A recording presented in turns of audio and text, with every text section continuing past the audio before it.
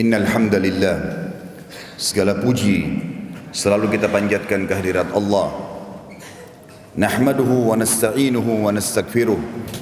Hanya kepadanya kita memuji, meminta pertolongan serta bertaubat dari dosa-dosa kita. Wa na'udzu billahi min syururi anfusina, dan hanya kepada Allah pula kita meminta dijauhkan dari keburukan-keburukan diri kita. Wa min sayyiati a'malina, dan dari segala dosa yang pernah kita lakukan. May yahdihillahu fala mudhillalah, barang siapa yang telah Allah berikan petunjuk maka tidak akan pernah sesat selamanya. Wa may yudlilhu fala hadiyalah, dan barang siapa yang telah Allah sesatkan maka tidak akan mendapatkan petunjuk selamanya. Asyhadu an la ilaha illallah wahdahu la syarikalah wa asyhadu anna Muhammadan abduhu wa rasuluh. Saya bersaksi tiada Tuhan yang berhak disembah kecuali Allah, dan Muhammad benar-benar hamba juga utusannya. Qala Allah Ta'ala, Allah mengingatkan dalam kitabnya, Ya ayyuhalladzina amanu taqullaha haqqa tuqatihi wa la tamutunna illa wa antum muslimun. Hai sekalian orang-orang yang beriman, bertakwalah, hanya patuh dan tunduklah kepada satu-satunya pencipta segala sesuatunya, baik di langit, di bumi, di kedalaman lautan, yaitu Allah. Sebenar-benar patuh dan tunduk, dan jangan kalian meninggal dunia kecuali dalam keadaan Islam. Di ayat yang lain Allah juga mengingatkan, qala Allah Ta'ala, ya ayuhan nasu taqu rabbakum alladhi khalaqakum min nafsin wahidah wa khalaqa minha zawjaha wa batha minhuma rijalan kathiran wa nisaa wattaqullaha alladhi tasaaluna bihi wal arham innallaha kana alaikum raqiba. Hai sekalian manusia, sekali lagi bertakwalah, tunduk dan patuhlah kepada Allah. Nikmati yang dihalalkan, jauhi yang diharamkan. Yang telah menciptakan kalian dari jiwa yang satu, yaitu Adam alaihissalam. Allah telah menciptakan kalian dari jiwa yang satu, yaitu Adam alaihissalam, dan menciptakan dari jiwa yang satu istrinya Hawa alaihissalam, dan telah banyak memberikan keturunan laki-laki juga perempuan dari keduanya. Maka sekali lagi bertakwalah kepada Allah dan jagalah hubungan silaturahim. Sesungguhnya Allah senantiasa mengawasi kalian. Di ayat yang ketiga Allah juga mengingatkan, qala Allah Ta'ala, ya ayyuhalladzina amanu taqullaha wa qulu qawlan sadida yuslih lakum a'malakum wa yaghfir lakum dhunubakum wa man yuti'illaha wa rasulahu faqad faza fawzan 'azima. Hai sekalian orang-orang yang beriman, sekali lagi bertakwalah, hanya patuh dan tunduklah kepada Allah, dan ucapkan kalimat yang benar. Niscaya Dia akan memperbaiki amalan perbuatan kalian, mengampuni dosa-dosa kalian. Barang siapa yang mentaati Allah dan Rasulnya, maka dia telah mendapatkan kemenangan yang besar. Amma ba'd, fa inna asdaqal hadithi kitabullah. Kita tahu sebaik-baik rujukan umat Islam dalam segala lini kehidupan mereka, terutama ibadah, yaitu kitabullah Al-Quran.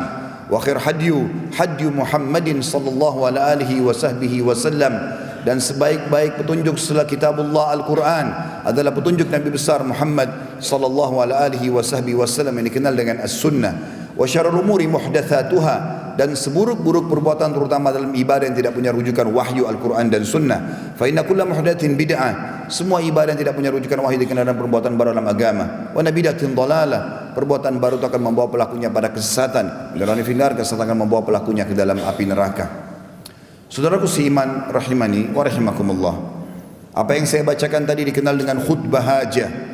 Nabi SAW tidak pernah melewatkan momen-momen penting, baik itu khutbah Jumat, khutbah 2 hari raya, Adha dan Fitri, dan juga mengirim pasukan atau momen apapun, kecuali beliau mengingatkan 3 ayat tentang pentingnya bertakwa kepada Allah, dan juga menitik beratkan agar umat Islam selalu kembali dalam kehidupan mereka, terutama ibadah, kepada wahyu Al-Quran dan Sunnah, dan mereka tidak membuat-buat ibadah. Saudaraku seiman rahimani wa rahimakumullah, pada kesempatan ini kita akan bahas masalah mutiara musibah dan cobaan. Wahai saudaraku seiman, apa kurang cukup bukti-bukti bahwasanya Allah itu ada? Bukankah pergantian siang malam sudah nyata depan mata kita? Bukankah turun hujan dari langit yang kita hanya mengetahui air yang turun, tanpa kadang-kadang kita bertanya siapa yang menurunkannya, siapa yang mengatur kadarnya? Kenapa musim hujan selalu ada? Bukankah fenomena banyak sekali di langit sana, burung yang berterbangan, bintang-bintang di langit, terbitnya matahari pada siang hari kita bisa rasakan teriknya, malam hari bulan bisa kita lihat cahayanya, rembulannya. Dan bukankah di bumi juga cukup banyak? Bahkan di dalam diri kita sendiri tanda-tanda kebesaran Allah sangat besar. Allah mengatakan dalam Al-Quran, wa fi anfusikum afala tubsirun, dalam diri kalian terdapat tanda-tanda kebesaranku, kata Allah. Tidakkah kalian melihat? Kita manusia lahir sudah memiliki semua fasilitas, kedua mata, kedua kuping, lisan, bibir, hidung, tangan, kaki, kemaluan, segala macam fasilitas yang luar biasa. Dengan mata yang kecil kita bisa melihat apa saja yang kita inginkan, membedakan mana gelap dan mana terang. Hidung yang sangat kecil lubangnya bisa bedakan mana wangi dan busuk seketika. Bukankah tangan kita bisa dengan jari-jari yang kecil ini mengangkat sekian kilo barang, mendorong barang yang berat, bahkan bisa membedakan mana barang yang kasar dan halus seketika. Bukankah kaki kita bisa melangkah kemana saja kita inginkan? Bukankah kemaluan kita berfungsi sangat luar biasa? Dan kita manusia fungsinya selain kita beribadah kepada Allah SWT adalah memilih dan menikmati saja. Pada saat lapar tinggal pilih makanan yang kita inginkan. Ini gurih, manis, pedas. Kemudian kita makan dan kita mengatakan enak ya. Setelah itu tidak ada urusan lagi kita. Milih dan menikmati. Setelah masuk seperti ujung jari kita di tenggorokan saja, kita sudah tidak ada urusannya dengan makanan itu. Sebuah sistem raksasa di tubuh kita mengatur mana makanan yang akan menjadi bagian darah, yang akan menjadi bagian energi, nutrisi tubuh, mana yang akan jadi kotoran. Kita tidak pernah tahu masalah itu. Bahkan setelah dikelola pun ada sistem yang sangat rapi, membuat perut kita mulus dan kita tinggal ke kamar kecil membuangnya. Kita tidak bisa bayangkan teman-teman kalau tidak keluar kotoran itu, seperti apa keadaan tubuh kita. Mungkin seluruh organ tubuh ini rusak. Begitu luar biasa sistem raksasa yang ada ini. Belum kita lihat lagi fenomena di sekitar kita. Tumbuh-tumbuhan yang begitu banyak, beragam macam dari rumput yang kecil sampai pohon yang besar, sampai beringin yang besar, beragam macam buah-buahan. Ini anggur bentuknya seperti ini, apel seperti itu, jeruk seperti ini, dengan rasanya yang berbeda-beda, dengan bentuk dan warna yang berbeda-beda, aroma yang berbeda-beda. Begitu juga dengan hewan-hewan, dari semut yang kecil, serangga, sampai ke gajah yang besar, dengan kulit, warna kulit, bentuk tubuh, sistem pencernaan, sistem menyerang, sistem memangsa makan, sistem mempertahankan dirinya. Sampai para ilmuwan manusia kadang-kadang meneliti satu hewan butuh sekian puluh tahun baru mereka sampai pada titik mengatakan luar biasa. Dan sekian banyak fenomena yang membuktikan adanya Allah Subhanahu wa taala. Anda sebagai seorang muslim dimudahkan oleh Allah dan dimanjakan. Begitu lahir orang tua muslim sudah dikasih tahu, Tuhanmu itu namanya Allah. Begini caranya kamu menyembah, solatlah 5 waktu. Caranya seperti ini, tinggal wudu, kemudian solat, hadap kiblat, tutup aurat. Disampaikan mana halal, mana haram. Punya panduan hidup sehingga kita terkontrol dalam kehidupan kita. Tidak ada orang yang lebih rapi dari seorang muslim. Semua hidupnya tertata, makanannya, minumannya, pergaulannya, pendapatannya, semuanya ditata rapi. Bahkan hubungannya dengan Allah ditata bagaimana dia harus menyembah Allah. Ada kitab turun dari langit, Al-Quran merincikan semua hukum-hukum. Apalagi yang kurang kira-kira tanda-tanda kebesaran Allah. Dan Allah memperingatkan kepada kita, siapapun yang beriman dan patuh akan saya luaskan rezekinya, saya akan penuhi semua kebutuhannya. Dan siapa yang melanggar maka akan aku hukum. Kalau fenomena ini semua sudah jelas Allah itu ada, kenapa masih ada orang yang berpikir untuk melakukan kemaksiatan kepada Allah? Maksiat kepada Allah ini berbahaya sekali efeknya. Kalau dia sifatnya individual dan dia masih menutupi aibnya, itu masih lebih ringan dibandingkan orang yang terang-terangan dengan kemaksiatan.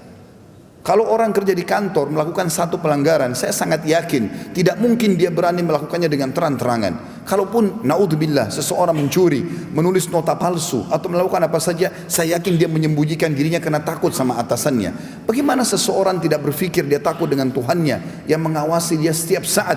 Tidak ada kata-kata tidur bagi Allah Subhanahu wa taala.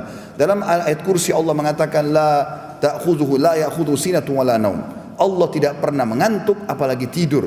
Allah mengawasi semuanya. Maka kalau seseorang berbuat dosa lalu dia tutupi dirinya, lalu dia bertobat kepada Allah, satu hal yang positif. Tapi yang sedang kita ingin diberatkan, banyaknya orang yang sengaja terang-terangan melakukan kemaksiatan. Bukan cuma itu, mengajak orang lain sehingga orang lain terjerumus dalam perbuatan-perbuatan yang salah dan melanggar kepada Allah Subhanahu wa taala. Dan ini efeknya sangat besar. Kapan kemaksiatan merata, maka jangan heran dengan darinya fenomena-fenomena alam, gempa, tsunami, banjir, dan negara kita sedang ditimpa itu. Kalau ada orang menganggap itu bukan cobaan dan itu adalah azab dari Allah, sungguh luar biasa. Satu perkampungan tenggelam dengan rumahnya dan penduduknya semua. Tiba-tiba dan mereka tidak bisa melarikan diri. Dan Allah sudah menjelaskan itu dalam Al-Quran tentang masalah itu. Itu akan datang. Kalau masih ada orang yang mau melakukan kemaksiatan dan merajalelakan itu, maka akan terjadi hal itu. Saudaraku seiman, di dalam Islam cobaan itu dibagi menjadi dua. Ada cobaan sifatnya individual dan ada sifatnya bencana. Kalau cobaan akan datang kepada individu, itu semua pasti akan merasakan itu. Tidak ada orang di antara kita yang tidak akan sakit, tidak akan dicoba oleh Allah SWT. Pasti akan dicoba semuanya. Dan Allah mengatakan di dalam Al-Quran, dalam surah Al-Baqarah ayat 155, A'udzu billahi minasyaitonir rajim, wa lanabluwannakum bisyai'in minal khaufi wal ju'i wa naqsin minal amwali wal anfusi wath thamarat wa basyyiris sabirin. Kami pasti menguji kalian secara individu. Pasti kalian sakit. Tidak ada orang sehat terus, pasti akan sakit. Ada saatnya orang senang, ada sedih. Ada saatnya dia lapar, kemudian nanti dia kenyang. Dicoba oleh Allah SWT. Setiap hari pun ada cobaannya. Kami pasti menguji kalian secara individu dengan sedikit ketakutan, kelaparan, dan juga kekurangan harta juga jiwa dan hasil panen buah-buahan. Dan sampaikanlah berita gembira kepada orang-orang yang sabar. Akan datang itu. Orang kafir, orang beriman akan datang ujiannya. Juga teman-teman sekalian, ini akan saya jelaskan lebih jauh nanti sebab-sebabnya cobaan-cobaan yang pribadi ini. Kalau bencana yang datangnya merata seperti kasus tsunami, banjir, longsor, apalah kira-kira yang banyak merata, kena semua orang, maka ini Allah sebutkan dalam surah Al-Anfal, surah nomor 8 ayat 25. A'udzu billahi minasyaitonir rajim. Wattaqu fitnatan la tusibanna alladziina zalamu minkum khassa wa'lamu annallaha syadidul iqab. Hati-hati kalian dengan siksaan bencana yang merata yang tidak menimpa orang-orang zalim saja di antara kalian. Bukan cuma pelakunya, kalau sudah datang maka akan datang memukul rata semua orang yang ada di lokasi itu. Dan ketahuilah bahwa Allah kalau datang siksaannya amat keras. Ya.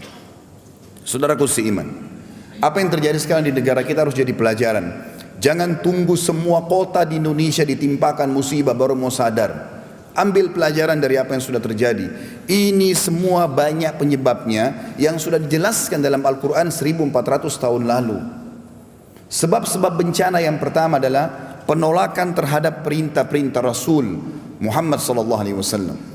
Di dalam Al-Quran surah Yunus, surah nomor 10 ayat 13 Allah berfirman, A'udzu billahi minasyaitonir rajim. Wa laqad ahlaknal quruna min qablikum lamma zalamu ja'atuhum rusulun bil bayyinati wa ma kanu liyu'minu kadzalika najzil qaumal mujrimin. Yang artinya, sesungguhnya kami telah membinasakan umat-umat sebelum kalian, hai umat Muhammad, ketika mereka berbuat kezaliman. Apa kezaliman mereka? Dosa, atau padahal sementara rasul-rasul mereka telah datang kepada mereka dengan membawa keterangan-keterangan yang nyata. Ini halal, nikmati. Ini haram, jauhi. Tapi mereka sekali-kali tidak mau beriman. Demikianlah kami memberi pembalasan terhadap orang-orang yang berbuat dosa. Berapa banyak sunnah-sunnah Rasulullah SAW yang ditinggalkan. Begitu diingatkan malah dijauhi. Malah orang-orang yang berusaha dekat dengan perintah-perintah Allah dan Rasulnya SAW dimusuhi. Kenapa orang ini begini? Ini orang terlalu alim, tidak usah diajak berteman. Bahkan kalau dia coba jujur di kantornya, di instansinya malah dimusuhi. Subhanallah. Pelanggaran yang terjadi di satu tempat teman-teman sekalian, baik itu lingkup kantor saja yang kecil, kalau merata maka azab akan datang merata di lokasi itu. Kalau anda tinggal di satu komplek perumahan 15 rumah, 13 rumah ahli maksiat dan itu sudah diingatkan tidak mau dengar, maka akan merata, semuanya akan kena. Ini bahaya sekali. Kecuali dalam keadaan satu anda betul-betul sudah meluruskan kesalahan mereka dan berusaha untuk mengingatkan, dan itu pun dengan ikhlas, ya, kita tidak ikut-ikutan dalam masalah itu, baru bisa. Kalau tidak bisa. Berapa banyak teman-teman perintah Nabi SAW dianggap remeh, dan ini banyak sekali. Masjid-masjid kosong, Al-Quran cuma jadi hiasan saja. Orang-orang berlomba-lomba pergi haji, pulang beli Al-Quran cuma dipajang di dekat ranjang antara dia sama istrinya, tidak dibaca sama sekali. Anak-anak tidak pakai jilbab, istri tidak pakai jilbab. Pelanggaran-pelanggaran agama terjadi. Nabi SAW sudah ingatkan tidak boleh, tapi tetap dilakukan. Ini kenapa terjadi? Jadi kalau dibiarkan maka akan menjadi penyebab, salah satu penyebab utama dari datangnya bencana itu. Yang kedua, meratanya dosa besar. Hampir seluruh masyarakat mayoritasnya melakukan hal tersebut. Allah sebutkan di dalam surah Al-An'am, surah nomor 6 ayat 6. A'udzu billahi minasyaitonir rajim. Alam yarau kam ahlakna min qablihim min qarnin makkannahum fil ardi ma lam numakkin lakum wa arsalna as-samaa'a 'alaihim midrara wa ja'alna al-anhara tajri min tahtihim fa ahlaknahum bidhunubihim wa ansha'na min ba'dihim qarnan akharin. Artinya, apakah mereka tidak memperhatikan berapa banyak generasi yang telah kami binasakan sebelum mereka? Padahal generasi itu telah kami teguhkan kedudukan mereka di muka bumi, yaitu keteguhan yang belum pernah kami berikan kepada kalian. Dan kami curahkan hujan yang lebat kepada mereka, dan kami jadikan sungai-sungai mengalir di bawah mereka. Kemudian kami binasakan mereka karena dosa mereka yang merata, dan kami ciptakan sudah mereka generasi yang menggantikan mereka. Juga dalam surah Isra, surah nomor 17 ayat 17, Allah berfirman, A'udzu billahi minasyaitonir rajim. Wa kama halakna minal quruni min ba'di Nuh wa kafa bi rabbika bidzunubi ibadi khabiran basira. Berapa banyak kaum yang telah kami binasakan setelah kaum Nuh. Nabi Nuh dulu sudah dibinasakan kaumnya, yang selamat cuma ada di atas kapal, dan itu sudah harus jadi pelajaran. Hampir seluruh dunia ini tahu kisahnya Nabi Nuh alaihissalam. Walaupun orang-orang itu kafir, mereka sampai membuat film-film tentang Nabi Nuh alaihissalam karena tahu tentang kejadian kiamat kecil pada saat itu. Tapi Allah bilang subhanallah, dan berapa banyak sesudah Nuh pun kami binasakan lagi karena mereka melakukan dosa-dosa. Dan cukuplah Tuhan maha mengetahui dosa-dosa hambanya. Dan ini subhanallah fenomena depan mata kita. Yang paling besar dalam dosa ini teman-teman adalah kezaliman. Kalau sudah merata kezaliman tersebut, lalu ikut di bawahnya semua perbuatan-perbuatan yang lain. Karena kezaliman kata para ulama dibagi dua. Ada kezaliman yang besar sekali, yaitu syirik kepada Allah subhanahu wa ta'ala. Kufur kepada Allah. Allah sudah suruh meminta langsung kepada dia, masih minta kepada kuburan ini, masih pakai kepada pohon keramat itu, masih pakai jimat ini dan jimat itu. Para sahabat sudah mencontohkan kepada kita bagaimana mereka kalau sendalnya putus mengangkat tangan ke langit sambil mengatakan, Ya Allah, sendal saya putus, gantikanlah. Bagaimana baginda Nabi SAW sudah jelas-jelas dijanjikan kemenangan di perang Badar, lalu beliau menangis-nangis sambil memohon kepada Allah di kemahnya. Sampai Abu Bakar merasa prihatin sambil mengatakan, Ya Rasulullah, kasihani diri anda. Kata Nabi SAW, biarkan hatiku tenang hai Abu Bakar. Setelah itu beliau tertidur, baru beliau bangun mengatakan sambil senyum, berita gembira, Allah telah menjanjikan kemenangan buat kita ekstra daripada janjian yang awal. Sudah dijanjikan pun masih tetap berdoa kepada Allah subhanahu wa ta'ala. Benda-benda selain Allah subhanahu wa ta'ala ini makhluk. Kita sama pohon sama, sama batu sama, sama kuburan sama. Imam Nawawi rahimahullah mengatakan, saya heran melihat orang yang minta-minta di kuburan, sementara di dalam kuburan itu manusia seperti dia yang sudah jadi tulang belulang. Kalau dia yakin bisa memberikan manfaat kepada dia, kenapa dia tidak minta kepada Tuhannya pencipta batu dan manusia itu? Maka harusnya minta kepada Allah subhanahu wa ta'ala. Bukan lagi menggantungkan segala macam jimat. Sampai kata Nabi SAW, Man allaka tamimatan faqad asyrak. Siapa yang menggantungkan jimat baik di tubuhnya, di rumahnya, di kendaraannya, maka dia telah berbuat kesyirikan kepada Allah. Dan ini kezaliman yang paling besar, syirik kepada Allah. Dalam surah An-Nisa Allah menjelaskan kalau ada orang meninggal kemudian dia tidak bertaubat dari syiriknya ini, maka dalam surah An-Nisa Allah katakan, Innallaha la yaghfiru an yushraka bih wa yaghfiru ma duna dzalika liman yasha. Allah tidak akan memaafkan dosa syirik kalau dia meninggal tidak sempat taubat, dan Allah mengampuni dosa apapun yang selain daripada itu. Itu kezaliman yang paling tinggi adalah seseorang berbuat syirik kepada Allah. Dan ini berapa banyak fenomenanya di masyarakat kita. Kezaliman yang paling rendah adalah kezaliman seseorang hamba pada dirinya sendiri. Bagaimana dia melakukan kemaksiatan dan tidak taubat kepada Allah SWT. Apalagi kata ulama, dia melakukan maksiat secara terang-terangan. Dia berzina malam hari, Allah tutupin sampai pagi tidak ada yang tahu. Pagi hari dia sendiri yang sebarkan di kantornya, di teman-temannya. Semalam saya begini dan begitu. Kata Nabi SAW dalam hadis Bukhari, ini orang yang paling buruk kedudukannya di sisi Allah pada hari kiamat. Karena Allah tutupi aibnya, dia malah buka. Kenapa harus dibuka? Harusnya kita tutupin aib tersebut.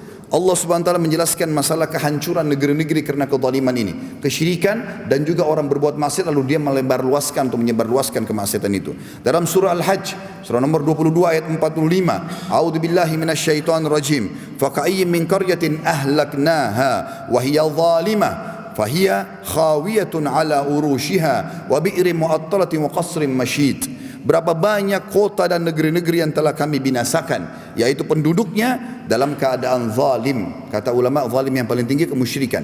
dan ini tidak tobat sebelum meninggal, kemudian saya sudah tadi kasih contoh-contohnya. Lalu kezaliman yang paling adalah berbuat dosa lalu dia iklankan dosa itu, dia malah dukung orang-orang, dia malah buka diskotik, malah buka karaoke, malah buka maksiatan supaya orang lain terjerumus, dia terang-terangan melakukan kemaksiatan. Kata Allah, maka lihatlah tembok-tembok kota itu rubuh menutupi atap-atap rumah mereka. Berapa banyak sumur-sumur yang akhirnya tidak lagi dipakai, dan juga istana-istana yang tinggi tinggal menjadi kenangan. Bukankah depan mata sekarang foto kita bisa lihat itu? Bangunan mewah sudah runtuh, jembatan besar bisa runtuh, apa saja tiba-tiba. Kalau seandainya orang bisa menyelamatkan diri dari azab Allah teman-teman, pasti orang-orang ini bisa menyelamatkan diri. Tapi subhanallah, Allah subhanahu wa ta'ala mengingatkan dalam banyak ayatnya juga, kalau seandainya Allah datangkan siksaan itu, maka Allah datangkan sekonyong-konyong, orang tidak bisa selamat. Dengarkan firman Allah subhanahu wa ta'ala. Jangan anda berpikir kalau azab Allah datang, gempa, tsunami bisa melarikan diri. Tidak akan pernah bisa. Kalau Allah sudah catatkan anda termasuk kena di situ, maka na'udzubillah pasti akan kena. Dengarkan surah Al-An'am ayat 44. Allah berfirman, a'udzubillahi minasyaitonir rajim. Hatta idza farihu bima utu akhadnahum bagatan fa idahum mublisun. Dan apabila mereka telah bergembira dengan apa yang telah kami berikan kepada mereka, maka kami siksa mereka sekonyong-konyong, dan ketika itu mereka terdiam dan putus asa. Kata ulama tafsir, yang dimaksud dengan kalimat mublis, ya, mublisun adalah orang-orang yang putus asa karena tidak bisa melarikan diri dari siksaan itu. Walaupun dia berusaha, maka dia tidak akan bisa. Hasan Basri mengatakan rahimahullah, maka kalau seseorang berusaha melarikan diri dari azab itu, maka tidak akan pernah bisa dia melarikan diri karena Allah sudah mencatatnya itu. Kata sebagian juga ulama, diantaranya Az-Zajjaj berkata, mublis adalah orang yang sangat menyesal, sengsara dan sedih disebabkan tidak bisa lari dari musibah yang telah datang. Walaupun dia coba lari, dia tidak akan bisa selamat. Ini Allah sudah ingatkan, harus hati-hati. Dan subhanallah, sebelum Allah subhanahu wa ta'ala menghukum seorang hamba, maka Allah subhanahu wa ta'ala memberikan kepada mereka peringatan-peringatan terlebih dahulu. Kalau mereka tidak mau dengan peringatan-peringatan itu, maka akan datang siksa yang berat. Saya sangat yakin, sebelum datang tsunami yang besar ada peringatan yang kecil. Sebelum badai yang besar longsor ada peringatan yang kecil. Pasti selalu begitu. Tapi karena tidak mau diengahkan, maka Allah hancurkan sekalian. Di dalam hadis Bukhari, kata Nabi SAW kepada para sahabat, waktu itu sahabat menanyakan, ya Rasulullah, anuhlik wa fina salihun, apakah kami bisa binasa sementara di tengah-tengah kali orang soleh? Kata Nabi SAW, na'am, idza kathural khabath. Iya, kalau kemaksiatan lebih banyak daripada kebaikan, pasti semuanya rata. Dalam hadis lain kata Nabi SAW, semuanya akan dibinasakan oleh Allah Subhanahu Wa Taala, termasuk orang solehnya. Kalau tidak sempat amar ma'ruf nahi mungkar, itu tetap Allah Subhanahu Wa Taala binasakan. Lalu kemudian Allah bangkitkan nanti dan dihisab amalnya sesuai dengan amal masing-masing. Jadi kalau kita berada di tempat kemaksiatan bahaya. Kapan datang musibah kita juga bisa kena di situ. Kecuali dalam satu keadaan, sekali lagi, antum atau anda sempat amar ma'ruf nahi mungkar. Ini adalah penyebab yang ketiga. Selain daripada kezaliman tadi sudah kita jelaskan, dan menolak, pertama menolak ya perintah Rasulullah SAW, atau meninggalkan atau mengerjakan banyak larangan beliau. Kemudian yang kedua adalah dosa besar yang merata, diantaranya kezaliman puncaknya, dan yang ketiga adalah tidak amar ma'ruf nahi mungkar. Dan ini juga perlu digarisbawahi. Allah Subhanahu wa taala teman-teman tidak akan merusak satu negeri sementara penduduknya berbuat kebaikan. Allah jelaskan dalam surah Hud surah nomor 11 ayat 117. A'udzubillahi minasyaitonir rajim wa ma kana rabbuka liyuhlikal qura bidzulmin wa ahluha muslihun. Sekarang kalau anda pulang sebentar bisa dibuka surah Hud surah nomor 11 ayat 117. Ayat yang paling luar biasa. Allah mengatakan, dan Tuhanmu Muhammad sekali-kali tidak akan membinasakan negeri-negeri secara zalim. Enggak mungkin Allah datangkan tanpa sebab, mustahil, enggak mungkin. Sementara penduduknya berbuat kebaikan, tidak akan pernah ada musibah datang. Selama di situ kebaikan-kebaikan, Allah tidak akan ratakan azab. Bahkan kalaupun ada orang kemaksiatan dan dia tutupi kemaksiatannya, dia tidak sebarluaskan, dia tidak terang-terangan, maka itu juga akan membuat terhambatnya atau tidak datangnya azab yang umum. Tapi kapan diterang-terangkan tadi, dia marah-marah, malah pamer kemaksiatan itu, malah mengajak orang lain, maka ini akan menjadi masalah yang besar. Dan hati-hati, dalam hadis kata Nabi SAW, kalian harus menyeru kepada kebaikan, melarang atau mencegah kemungkaran, melarang pelaku kezaliman hingga kalian mencegahnya secara paksa kalau perlu. Enggak boleh dia dibiarkan buat maksiat atau menyebarkan, tahan dengan kekuatan, kata Nabi SAW. Dan menariknya kepada kebaikan secara paksa, atau Allah akan munculkan perselisihan dalam hati kalian, dan sampai orang yang terbaik di antara kalian pun berdoa tidak akan diijabah oleh Allah. Dan ini hadis sahih riwayat Bukhari. Hadis yang lain kata Nabi SAW, kalian harus mencegah kemungkaran atau Allah akan timpakan secara umum bencana bagi kalian semua. Hadis ini juga hadis sahih riwayat Bukhari. Kalau ada di antara kita yang soleh, mau masuk surga sendiri, ada orang berbuat salah tetangga, orang-orang dekat, tidak sholat, kita tidak ingatkan, minimal dengan kalimat, kalau ke masjid jangan masuk surga sendiri, sholat pak, sholat bu, tutup aurat, nasihati dengan lisan, kasih buku, amar ma'ruf nahi mungkar, sudah cukup azabnya Allah gak datang, lakukan itu, jangan masuk surga sendiri, karena kalau kita sendirian saja, sudahlah itu ahli neraka, ini malah hati-hati. Disebutkan dalam hadis Bukhari bahwasanya Allah, kata Nabi SAW, Allah subhanahu wa ta'ala pernah mengutus Jibril kepada satu negeri untuk menghancurkan negeri itu karena selalu banyak kemaksiatan. Lalu Jibril berkata, ya Allah, ada hambamu fulan, satu orang, ada orang soleh di situ. Apa kata Allah subhanahu wa ta'ala? Mulai siksaan dari dia dulu kamu siksa, karena dia tidak pernah menyuruh kepada kebaikan, tidak pernah melarang dari kemungkaran. Di dalam hadis Bukhari yang lain kata Nabi SAW, perumpamaan kalian dengan orang-orang yang berbuat kemungkaran ibaratnya seperti kalian ada di atas kapal dan orang-orang buat kemungkaran berada di dak kapal. Mereka setiap kali mau ambil air harus naik ke atas kemudian melewati kalian. Tapi karena mereka merasa terganggu, gak enak dengan itu, selalu lewat depannya orang soleh. Kalau telanjang, terbuka auratnya, bicara kemaksiatan, kalau kita semua amar ma'ruf nahi mungkar, gak boleh loh, haram, jangan bicara begini, mereka terganggu. Maka kata Nabi SAW, mereka ambil inisiatif mengatakan satu sama yang lain, bagaimana kalau kita jebol saja kapal dari bawah, jebolin kapal dari bawah supaya ambil air dari sini, tidak usah lewatin orang-orang soleh itu. Kata Nabi SAW, kalau kalian biarkan mereka menjebol kapal itu, maka kalian akan tenggelam semuanya. Allah datangkan azab, semuanya kalian kena. Ini bahaya sekali. Apa Quran cukup peringatan dari Allah seperti ini teman-teman sekalian? Ini bahaya sekali. Apa kita mau biarkan diri kita masuk dalam bahaya seperti ini? Tidak mungkin ya. Sementara kita masuk kepada cobaan-cobaan secara individu, ini akan datang teman-teman. Kalau orang beriman, tidak usah khawatir dengan cobaan. Kalau kita sakit, lapar, sedikit ada masalah dengan istri, mungkin anak sakit, mungkin mertua kadang-kadang mengganggu, butuh ini, butuh itu. Mungkin kadang-kadang ada cobaan orang dengan iparnya, dengan orang tuanya, itu ada. Bukan cuma anda sendiri, semua kita sama. Rasulullah SAW menghadapi masalah dengan istrinya. Nabi SAW pernah dalam rumahnya, cekcok sama Aisyah anha, terjadi sesuatu. Abu Bakar masuk, lalu Abu Bakar lihat dua-duanya agak cemberut. Lalu Abu Bakar marahi Aisyah sambil mengatakan, wahai Aisyah, apa yang kau katakan pada Nabi SAW? Nabi langsung senyum mengatakan, sudahlah Abu Bakar, saya sudah maafkan. Kata Abu Bakar, kalau begitu saya akan keluar dari rumah ini. Lalu Aisyah sembunyi di belakang Nabi SAW karena takut ayahnya marah. Lalu Nabi SAW mengatakan, sudah saya maafkan. Kemudian Abu Bakar mengatakan, saya akan keluar dari rumah ini, saya akan ucapkan salam lagi, sambut saya dengan senyuman ini. Maka Abu Bakar pun keluar lalu membuka salam, lalu Nabi SAW dan Aisyah sudah baikan, kemudian mereka senyum. Manusiawi. Kalau sesuatu masalah teknis kadang-kadang orang tidak cocok, itu biasa, ada cobaan datang. Tapi untuk orang beriman teman-teman, cobaan itu sangat baik. Mengingatkan kita bahwasanya kita tidak selama hidup di dunia. Cobaan itu akan menghentikan kita dari kemaksiatan. Orang kalau lagi sakit, lagi ada masalah terlilit utang, lagi ada masalah berat, enggak ada pikirannya buat dosa. Tapi dosa itu terjadi kalau kita lagi santai, kita lagi di hotel, lagi jauh rekreasi, pegang remote TV, kita akan maksiat terus. Tapi kalau kita lagi sibuk dengan kegiatan, tidak usah bicara masalah ibadah, sibuk dengan lembur kantor saja, ada target dunia yang kita sedang kejar, ingin ngejar uang lembur misalnya, teman kita telepon, ayo kita ke karaoke, oh maaf saya belum bisa malam ini, memberhentikan kita dari kemaksiatan. Dan ini manfaatnya besar.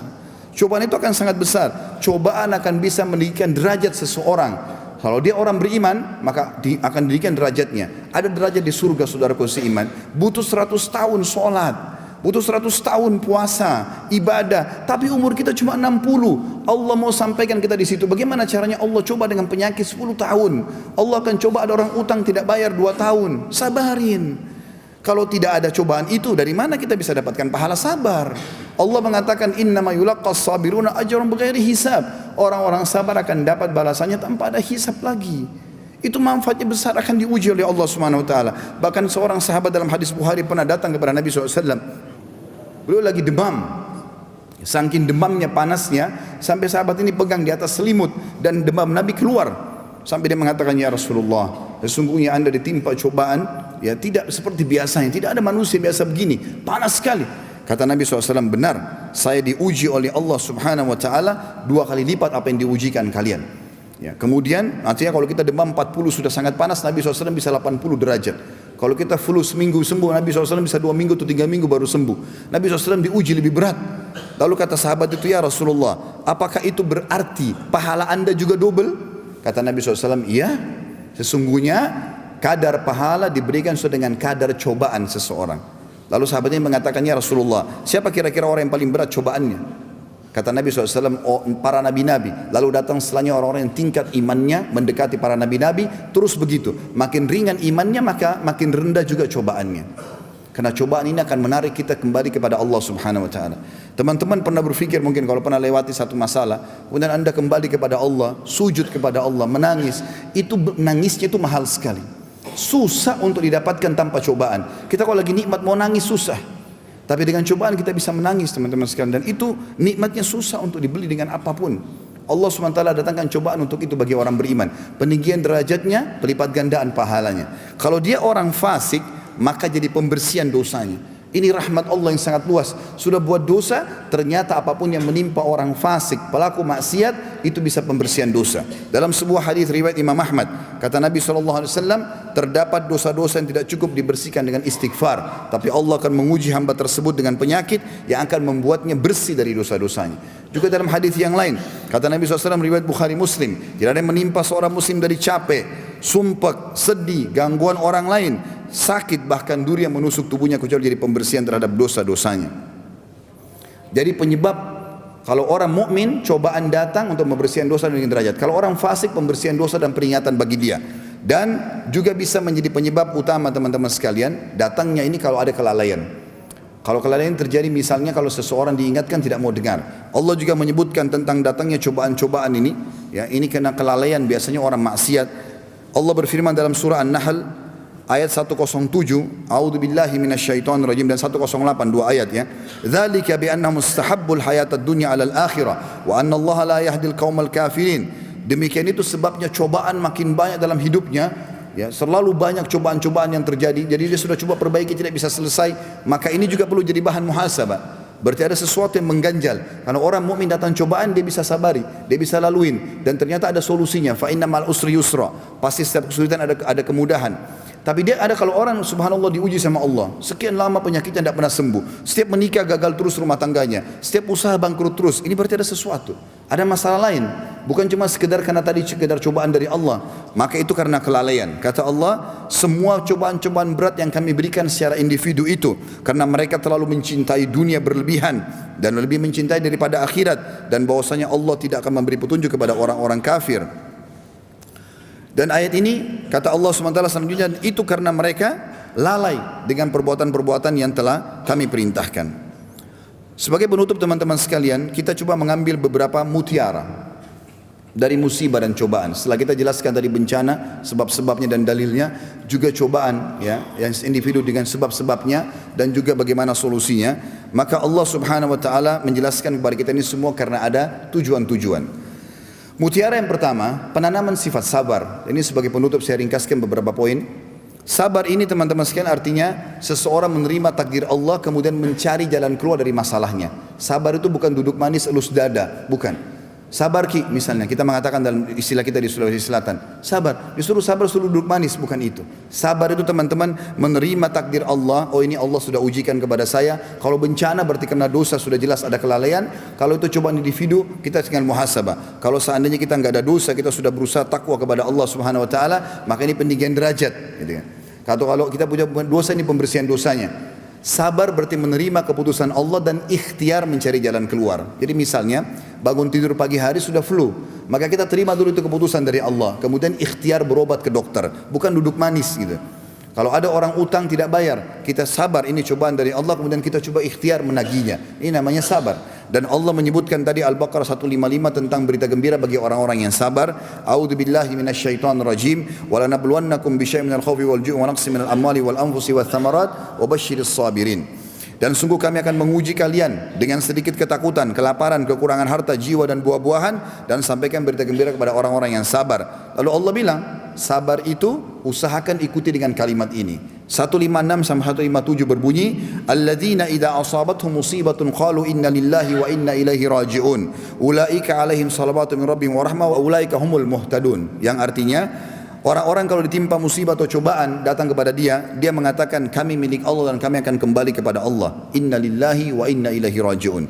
Mereka itulah orang-orang yang mendapatkan keberkahan yang sempurna dan rahmat dari Tuhan mereka, dan mereka itulah orang-orang yang mendapatkan petunjuk. Artinya dia tahu ini cobaan datang dari Allah SWT, maka saya terima.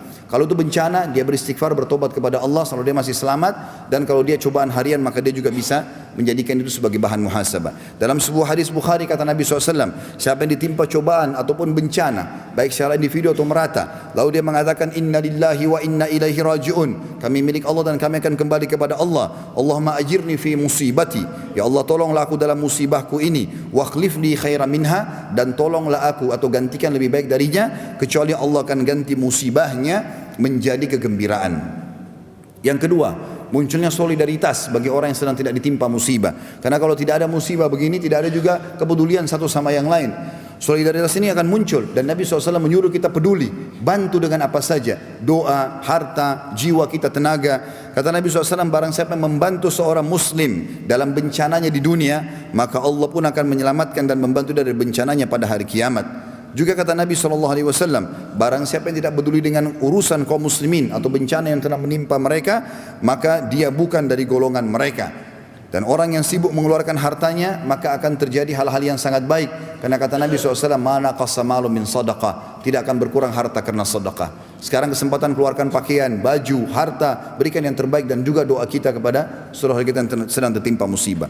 Dan yang terakhir sebagai menutup teman-teman sekalian adalah munculnya keimanan tentang takdir Allah. Bagaimana Allah Subhanahu wa taala kalau menentukan sesuatu terjadi maka terjadi. Kun fayakun, tidak ada yang bisa tolak. Mustahil. Sekuat apapun kita tidak akan pernah bisa menolak.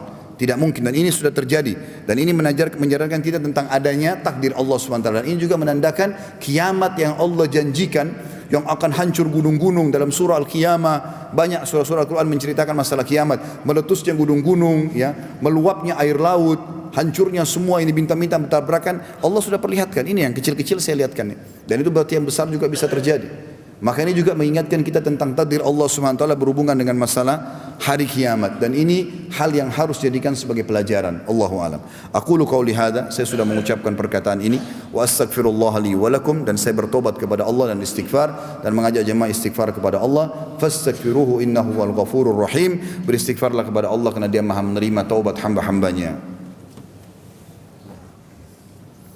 Alhamdulillah, wassalatu wassalamu ala rasulillah. Segala puji dan puja kehadirat Allah Subhanahu wa ta'ala, juga salawat dan taslim kepada Nabi besar Muhammad sallallahu alaihi wasallam. Di hari Jumat, saudaraku seiman, ada waktu mustajab, dan ada dua riwayat yang menjelaskan masalah itu.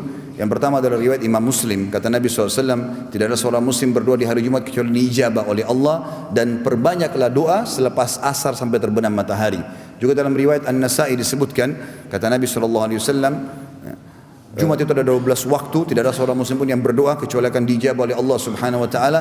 Dan fokuslah berdoa pada saat khatib duduk di khutbah kedua sampai diiqamahkan solat. Maka jangan sia-siakan waktu-waktu yang dua mustajab ini. Kita berdoa kepada Allah Subhanahu wa taala saat ini, yang kita harapkan diijabah oleh Allah Subhanahu wa taala. Dan juga selepas asar nanti sampai menjelang maghrib, juga sampaikan hajat-hajat anda pribadi. Jangan lupa doakan saudara-saudara kita yang sedang tertimpa musibah agar diangkat dari mereka permasalahan mereka. Alhamdulillahi rabbil alamin. Kami memuji-Mu ya Allah sebagaimana layak Kau dipuji sebagai pencipta. Kami sangat yakin kalau Engkau sedang melihat kami, karena Engkau maha melihat, mendengar kami karena Engkau maha mendengar, dan mengetahui apa yang sedang kami fikirkan dalam pikiran kami, dan apa yang sedang kami niatkan dalam hati kami, dan apa yang sedang kami programkan dalam hidup kami, karena Engkau maha mengetahui ya Allah. Andai saja semua yang kami pernah kerjakan, yang sedang kami kerjakan, dan akan kami kerjakan sampai menjelang ajal datang nanti, amal-amal yang baik, terimalah dengan pahala yang sempurna ya Allah. Berikanlah kami balasan yang baik, dan beroskanlah rezeki kami karena amal-amal tersebut. Dan andai saja ya Allah, seluruh dosa-dosa yang pernah kami kerjakan, sengaja tidak sengaja, kecil ataupun besar, samar ataupun nyata, atau yang sedang kami kerjakan atau akan kami kerjakan di masa depan yang kami tidak ketahui, maka maafkanlah dengan kemahamurahan-Mu ya Allah. Hentikanlah semua orang-orang yang melakukan kemaksiatan, sehingga tersebar kebaikan dan kemakmuran yang telah Engkau janjikan kepada kami. Ya Allah, ampunilah kami, ampunilah kedua orang tua kami, seluruh kerabat kami, seluruh muslimin dan muslimat, mukminin dan mukminat yang masih Muslim yang juga sudah meninggal. Ya Allah, jadikan negeri kami Indonesia negara yang aman, tentram, damai. Seluruh umat Islam di bawah naungan ukhuwah Islamiyah, dan angkat perselisihan di antara mereka, dan dalam ibadah kembalikan mereka kepada Al-Quran dan Sunnah. Dan juga karunia kami pemimpin Muslim yang adil, yang kembali kepada Al-Quran dan Sunnah, yang menghidupkan sunnah-sunnah Nabi Muhammad SAW, dan juga menyebarkan keadilan Islam.